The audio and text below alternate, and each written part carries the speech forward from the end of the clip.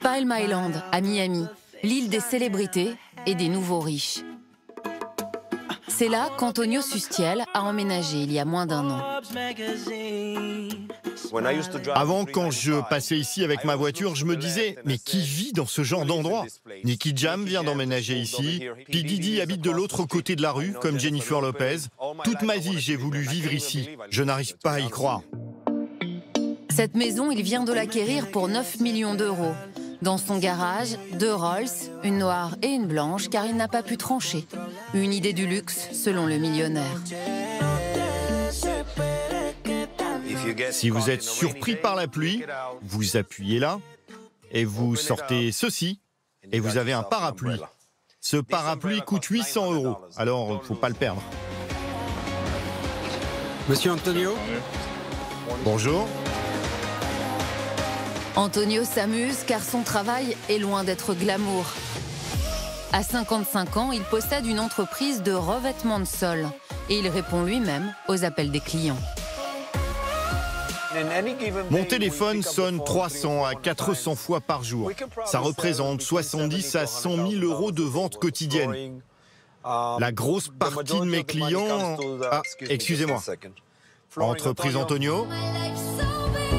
Arrivé d'Israël à 23 ans avec seulement 300 € en poche, Antonio a commencé par vendre des parfums bon marché dans ce quartier d'affaires. Au début, c'était très difficile, mais j'y suis arrivé. Ça, c'est le premier dollar que j'ai gagné en arrivant dans le centre de Miami. Je le garde dans mon portefeuille, c'est un porte-bonheur. Ce dollar, il vaut 1 million pour moi. Après avoir vendu sa boutique, l'homme d'affaires a investi dans cette société de BTP. Aux États-Unis, la presse le surnomme désormais le roi du parquet. Fred, amène-nous les rouleaux d'isolation. On va préparer les commandes pour demain. Parmi ses clients, Brad Pitt, DJ Khaled ou encore Jennifer Lopez. La fortune d'Antonio est estimée aujourd'hui à 14 millions d'euros. Mais son passe-temps favori, c'est conduire ce petit engin. Je ne veux surtout pas oublier d'où je viens ni qui je suis. Donc je continue à travailler, à faire ce genre de trucs juste pour m'amuser. J'adore faire ça. La vie est belle. Épicurien et joyeux fêtard, ces nouveaux millionnaires sont prêts à dépenser des fortunes pour se divertir. Conduite d'Antonio Sustiel.